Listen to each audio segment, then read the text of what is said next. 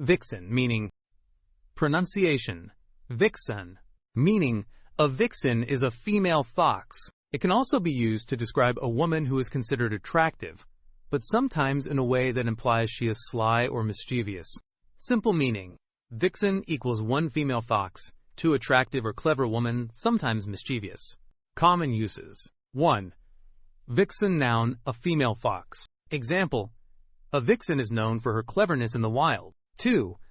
Vixen noun, figurative, an attractive woman who is clever, sometimes tricky or bold.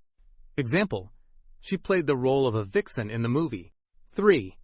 Vixen noun, old-fashioned or literary, a woman who is cunning or uses her charm to get what she wants. Examples, daily use sentences. 1. The vixen darted across the road in the evening. 2.